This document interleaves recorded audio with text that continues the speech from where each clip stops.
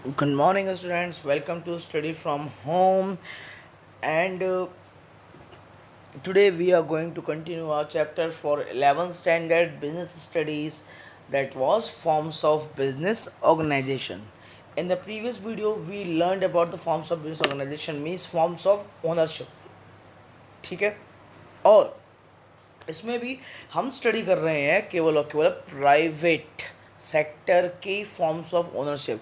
यहाँ पे हम केवल और केवल प्राइवेट सेक्टर को स्टडी कर रहे हैं। इन द प्रीवियस वीडियो हमने इकोनॉमी को डिवाइड किया था on the basis of sectors.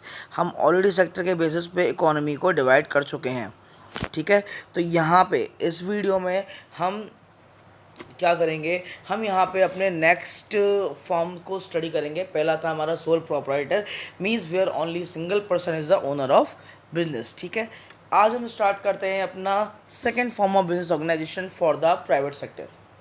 अब on the screen you can see there is a poster of movie Hum Saath Saath Hain. Sir, what is the objective that you have put that poster on the screen? Objective है हम साथ साथ हैं was a movie that gave us the very beautiful and ideal example of a Hindu family. किस तरह से एक Hindu family का existence होता है। ठीक है, तो ये हमारा एग्जाम्पल था किसका, हिंदू फैमिली का। और एक और एग्जाम्पल दिखाता हूँ। एक normal Hindu family, joint Hindu family मुझे कहना चाहिए, वो इस तरह से होती है। द एल्डर वन, ठीक है, एल्डर वन के बाद उनसे बड़े, फिर उनसे बड़े, फिर छोटे, फिर उसके बाद बच्चे। यानी ये साइकिल जो है वो पूरे तरीके से चलता रहता है। फैमिली का generation to generation pass out होता रहता है। और जो बिज़नेस इस तरह की जनरेशन में पाए जाते हैं, उन्हीं जनरेशन के बिज़नेस को हम बोलते हैं क्या, जॉइंट हिंदू फैमिली बिजनेस। ठीक है, अब जॉइंट हिंदू फैमिली बिजनेस आपने एग्जांपल देखा। Joint Hindu family business are the business they usually find in India. ठीक है, ये आपके मोस्टली इंडिया में ही पाए जाते हैं। तो एक बार देख लेते हैं जॉइंट हिंदू फैमिली बिजनेस है क्या। तो पहले कुछ चीज़ें जो नाम से क्लियर है, joint family, Hindu, just minute, joint family, Hindu and family business. Definitely ये वो बिजनेस होते हैं जो फैमिली की जनरेशन कैरी ऑन करती हैं। जैसे कि किसी पर्सन ने किया, उसके बाद उसके बेटे ने, फिर उसके बाद उसकी जनरेशन, यानी कि एक ब्लड लाइन उस बिजनेस को फॉलो करती है। ठीक है, अब इसके बाद एक बार स्टडी कर लेते हैं है क्या exactly. It is run by the family members and they run the business as family business. यानी कि यहाँ पे जो बिज़नेस होता है वो as a family business run होता है। और it's comes into existence by law of inheritance. यानी कि इनहेरिटेंस टर्म का मतलब है आनुवंशिकता।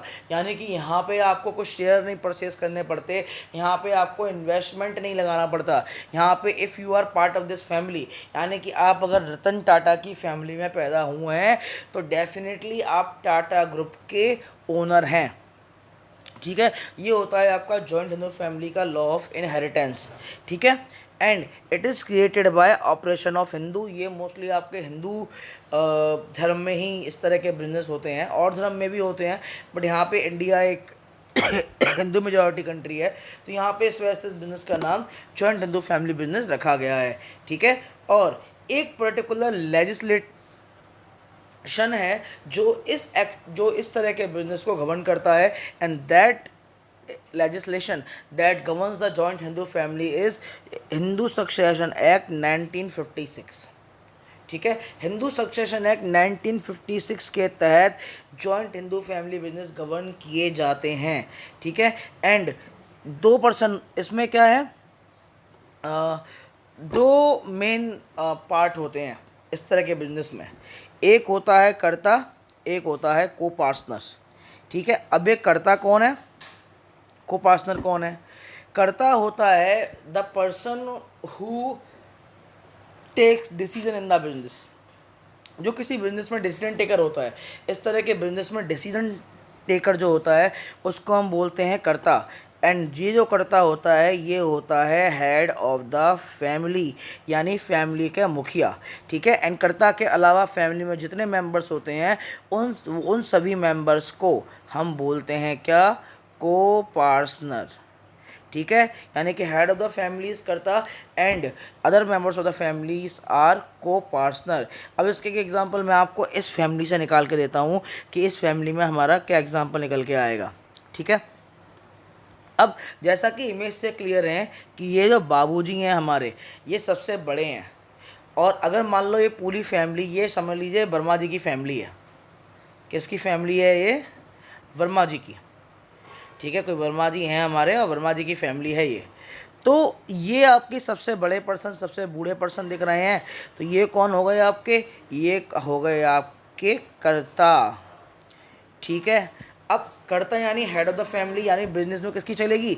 बिजनेस में चलेगी इनकी, ये जो बूढ़े बाबा हैं। ठीक है, अब इसके बाद देखते जाइए, उसके बाद इस फैमिली में यानी जितने फ्रेम में जितने भी लोग हैं, यहाँ से लेकर के यहाँ तक, यानी कि सब कोई, ऑब्वियसली ये नहीं, ठीक है, यानी कि सब कोई जो इस फैमिली का पार्ट है, एवरी वन विल बी को पार्टनर। यानी ये सब, ये सब सारे के सारे को पार्टनर्स हैं।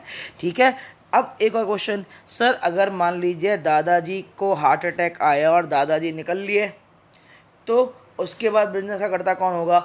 उसके बाद जो नेक्स्ट एल्डर है, मेंबर है फैमिली का, वो होगा बिजनेस का कर्ता।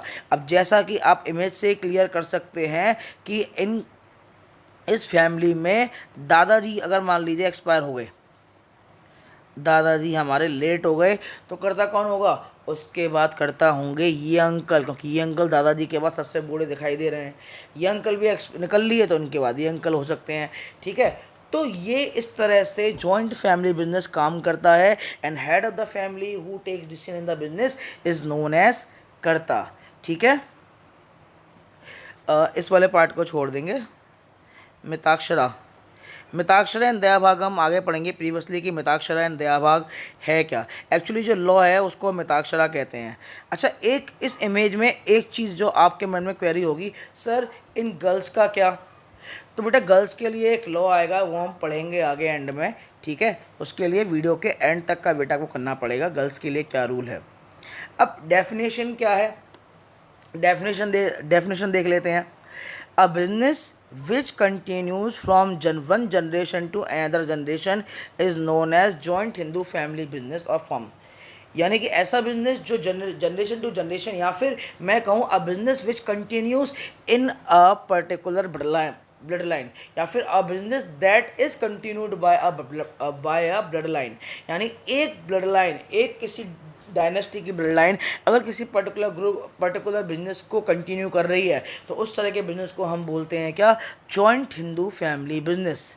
ठीक है, this is the special form of business organisation which now exist only in India. ठीक है, फैमिली वाली बात मैं बता चुका हूँ। और जॉइंट हिंदू फैमिली की जो गवर्निंग होती है वो होती है मिताक्षरा लॉ। ठीक है, मिताक्षरा लॉ है, जॉइंट हिंदू फैमिली के लिए लॉ होते हैं। अब जो मिताक्षरा लॉ कैसे, आपको पता है कि कॉन्स्टिट्यूशन के अलावा धर्म के अकॉर्डिंग भी लॉज बटे हुए हैं।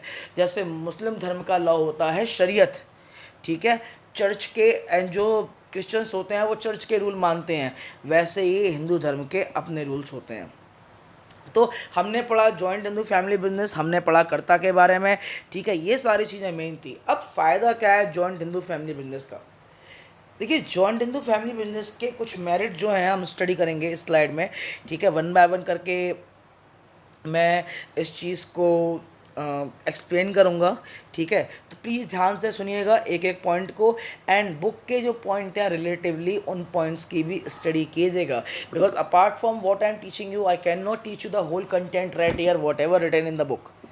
ठीक है, but in the short I would definitely touch each and every point, so there won't be any problem in understanding any of the point that is remaining in this topic।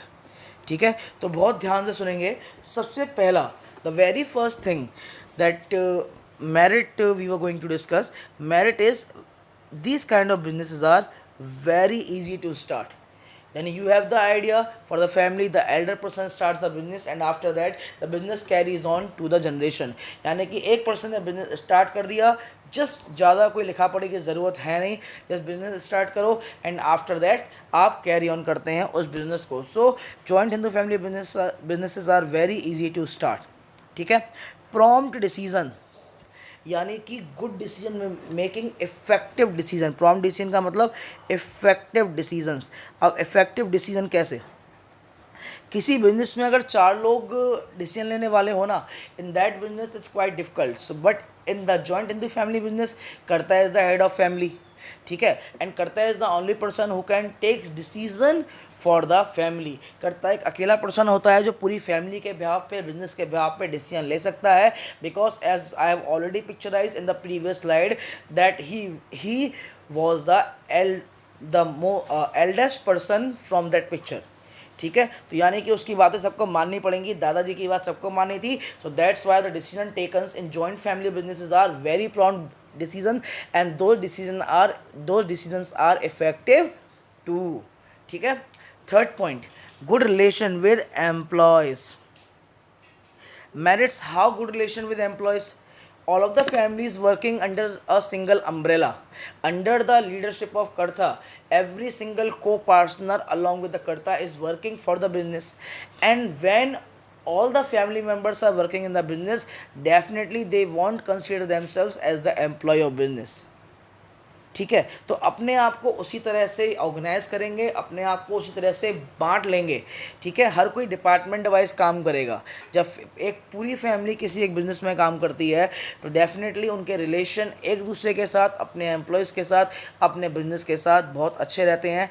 अब how to explain it, अगर मुझे easy to start term को copy में लिखना हो तो मैं लिखूंगा the joint family business are very easy to start, it only takes an idea, you have the idea, you start the business. Prompt decision in the joint Hindu family business, Karta is the head of the family and he is the person who takes decision of the business.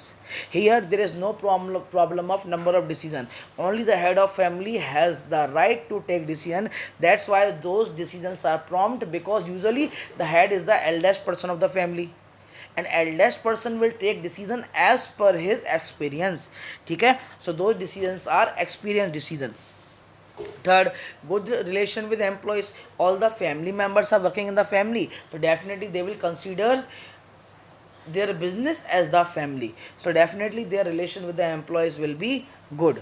Flexibility, flexibility means there will be flexibility in joint Hindu family business, flexibility of decision, flexibility in in finance, flexibility in any terms. Flexibility term का मतलब है they have freedom, यानी कि एक particular किसी guideline को follow नहीं करते, ठीक है। ये कुछ भी नहीं, ब्रांचेस स्टार्ट कर सकते हैं, बिजनेस की स्ट्रीम्स ओपन कर सकते हैं, तो ये होती है इनकी फ्लेक्सिबिलिटी। सीक्रेसी वाला पॉइंट मैंने आपको सोल प्रोप्राइटर में भी डिस्कस किया था। You need to maintain the secrets in the business, like if Coca Cola would declare its recipe public, then definitely numbers of Coca-Cola factories will open up just time span of very few days. You need to maintain the secrecy in the business, because business runs over the recipes, whether that recipes could be of cement or that recipe could be of Coca-Cola, that recipe could be of Maggi, ठीक है। उसके बाद को partners liability, liability term का मतलब मैं आपको पहले ही बता चुका हूँ।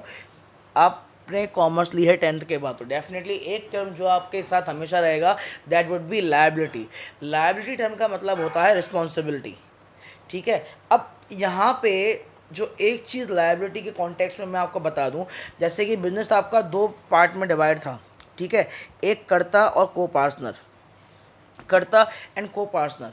उसके बाद मैं क्या करता हूँ, इस स्लाइड में मैं कर्ता एंड को पार्टनर को डिवाइड कर रहा हूँ in terms of their liability. Liability term मतलब responsibility.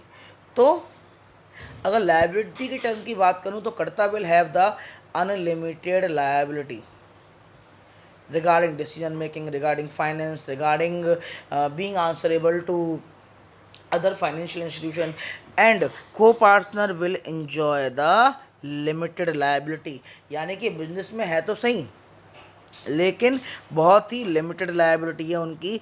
They are not having the responsibility as compared sorry as compare to the responsibility of karta. ठीक है। तो हमारे कितने पॉइंट हुए? हमारे हो गए पॉइंट आपके 6। Easy to start, prompt decision making, good relation with employees, flexibility, secrecy and co partners liability.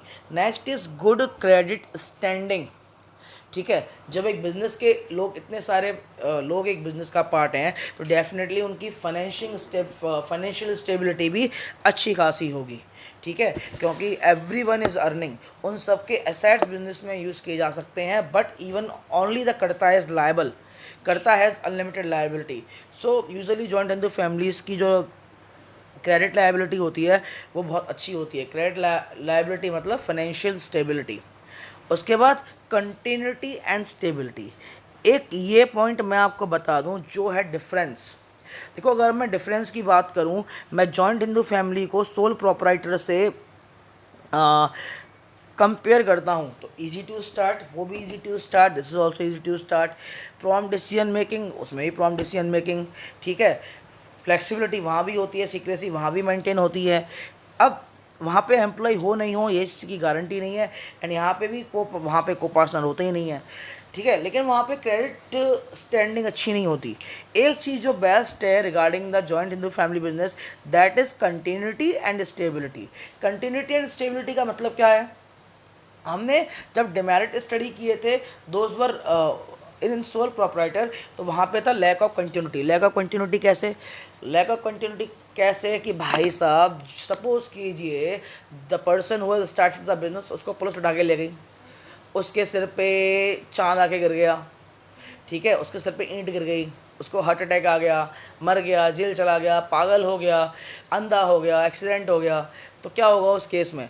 उस केस में बिजनेस कंटिन्यू नहीं रह पाएगा। लेकिन यहाँ तो ऐसा कोई इशू है ही नहीं, the continuity will remain, only the कर्ता विल बी रिप्लेस्ड। मैंने आपको वहाँ पे एक्सप्लेन किया था कि अगर मान लो इस पिक्चर में से दादाजी को हार्ट अटैक आ गया कल को, ठीक है, दादाजी आपके निकल लिए, तो दादाजी के बाद कौन बनेंगे? दादाजी के बाद ये तो अंकल खड़े हैं ना पीछे टकले वाले, this person will be the कर्ता ऑफ दैट पर्टिकुलर बिजनेस। ठीक है, तो इस वजह से कंटिन्यूटी बनी रहती है in terms of joint Hindu family business. अब कुछ एडवांटेजेस को स्टडी कर लेते हैं कि एडवांटेजेस क्या हैं। एडवांटेजेस ये हैं कि एडवांटेजेस हमने स्टडी किए, डिमेरिट्स क्या हैं। देखिए, जितने आपके पॉइंट्स हमने एडवांटेजेस में पढ़े हैं या मेरिट में पढ़े हैं, उन्हीं पॉइंट को आप एक तरह से आर्गुमेंटिव स्टडी कर लीजिए तो आपके डिसएडवांटेज निकल के आ जाएंगे। लिमिटेड रिसोर्सेस, देखिए हम एक छोटे लेवल पे बिजनेस की जब स्टडी कर रहे थे तो वहाँ पे रिसोर्स हमारे पास बहुत ठीक थे, लेकिन बिजनेस आपका ग्रो करेगा, एंड जब बिजनेस की ग्रोथ की बारी आती है तो वहीं इन तरह के बिजनेसेस के पास रिसोर्सेज लिमिटेड हो जाते हैं। यानी एक लिमिटेड पर्टिकुलर क्राइटेरिया तक ही this kind of business can work. ठीक है, इसके बाद limited managerial skills. Limited managerial skills मतलब जितने भी प्रोफेशनल फर्म्स होती हैं, प्रोफेशनल बिजनेस होती हैं, they hire the professionals. Example क्या है? मैं अगर किसी भी एक पर्टिकुलर फर्म की बात करूं, मैं टाटा की बात करता हूं या किसी भी एक एमएनसी को उठा के देख लीजिए, तो वहाँ पे हर बिजनेस के अंदर डिपार्टमेंट्स बने होते हैं। सेल्स, मार्केटिंग, एडवर्टीजमेंट, परचेजिंग, ठीक है, लीगल, इस तरह के डिपार्टमेंट बने होते हैं। और हर डिपार्टमेंट के अंदर उस डिपार्टमेंट का हेड होता है प्रोफेशनल, जो एक पर्टिकुलर डिग्री होल्डर है। तो वो बंदा उस फील्ड का क्या है? एक्सपर्ट है। बट जॉइंट हिंदू फैमिली में एक्सपर्ट तो है नहीं, केवल एक्सपीरियंस बेसिस पे ही काम होते हैं। ठीक है, यानी कहीं पढ़ के नहीं आते वो, लेकिन आज सिनेरियो बदल रहे हैं, हम एक आइडियल केस स्टडी कर रहे हैं। ठीक है, तो वहाँ पे मैनेजरियल स्किल की कमी हो जाती है कहीं ना कहीं, और डिसीजन मेकिंग कभी कभी रॉन्ग भी हो सकती है। अब हमने क्या पढ़ा? हमने एडवांटेज पढ़ा था कि जो को पार्टनर की लायबिलिटी लिमिटेड थी, लेकिन कर्ता की लायबिलिटी अनलिमिटेड होती है, चाहे वो 60 साल का बूढ़ा ही क्यों ना हो। ठीक ठीक है, उसके बाद ब्रेकिंग ऑफ जॉइंट फैमिली, और कभी कभी इस तरह के बिजनेस की हेल्प से जॉइंट फैमिली, बड़ी बड़ी फैमिलीज टूट जाती हैं, बिजनेस के पार्टीशंस तक हो जाते हैं। सपोज़ कीजिए किसी फैमिली ने जनरेशन तक कोई बिजनेस कंटिन्यू किया और किसी रीज़न की वजह से दो भाइयों में आपस में कन्फ्लिक्ट हो गया। अब दो भाइयों में कन्फ्लिक्ट होने की वजह से बिजनेस आपका दो पार्ट्स में बट गया। जैसे कि धीरू भाई अंबानी ने बिजनेस स्टार्ट किया था सबसे पहले रिलायंस टेक्सटाइल, जिसका कपड़ा आया था मार्केट में विमल के नाम से, ठीक है। लेकिन जैसे ही धीरूभाई अंबानी एक्सपायर हुए, मुकेश अंबानी एंड अनिल अंबानी में क्या हो गया, कन्फ्लिक्ट हो गया। दोनों ने अपना अपना बिजनेस लेकर के अलग हो गए, ठीक है। जितना भी ऑयल का काम था, सॉरी, जितना भी आपका इंफॉर्मेशन टेक्नोलॉजी का काम था वो अनिल अंबानी के हिस्से में आया, ठीक है। जितना भी आपका ऑयल मैन्युफैक्चरिंग एंड रिफाइनरीज का काम था वो आपका मुकेश अंबानी के हिस्से में आया। तो इस तरह से फैमिली बिजनेस टूट भी सकते हैं। उसके बाद lack of direct efforts. Lack of direct efforts मतलब यानी कि अगर को पार्टनर अपने मन से बिजनेस में कोई चेंज करना भी चाहे तो definitely he can not make changes in the business, because karta is the head of family and he is the person who will be taking up the last decision. तो कहीं ना कहीं डायरेक्ट एफर्ट्स, जो जितने भी मेंबर्स को partner work कर रहे हैं उनके एफर्ट्स कहीं ना कहीं कम दिखाई देते हैं बिजनेस में। रेस्ट्रिक्टेड एक्सपेंशन, अब हम इसे दूसरे फॉर्म में कन्वर्ट तो कर सकते हैं। हम एक्चुअली अभी इसके बाद और फॉर्म्स पढ़ेंगे जो कि बड़े लेवल पे काम करते हैं, butt joint Hindu family business को एक लिमिटेड स्केल तक, लिमिटेड इन्वेस्टमेंट लेवल तक ही एक्सपेंड किया जा सकता है। इसको हम ज़्यादा बड़े लेवल पे एक्सपेंड नहीं कर सकते। इसके बाद कंटिन्यूटी, ठीक है। कंटिन्यूटी किस तरह से, कंटिन्यूटी इस तरह से कि अगर सपोज कीजिए पूरी की पूरी फैमिली एक साथ किसी प्लेन क्रैश में चली जाती है तो उस केस में यहाँ पे भी कंटिन्यूटी का क्वेश्चन मार्क बना रह गया, ठीक है। एक्चुअली जितने भी आपके डिसएडवांटेज एंड एडवांटेज के पॉइंट है ना, वो सारे के सारे कॉन्ट्राडिक्टरी हैं, ठीक है। आप कुछ पर्टिकुलर 5 पॉइंट को याद रख लीजिए, उन्हीं 5 पॉइंट को आप हर तरह के फॉर्म्स ऑफ बिजनेस ऑर्गेनाइजेशन में पॉजिटिव, नेगेटिव, एडवांटेज, डिसएडवांटेज करके लगाते रहिए, आपका काम हो जाएगा, ठीक है। इसके बाद देख लेते हैं इसमें लास्ट कुछ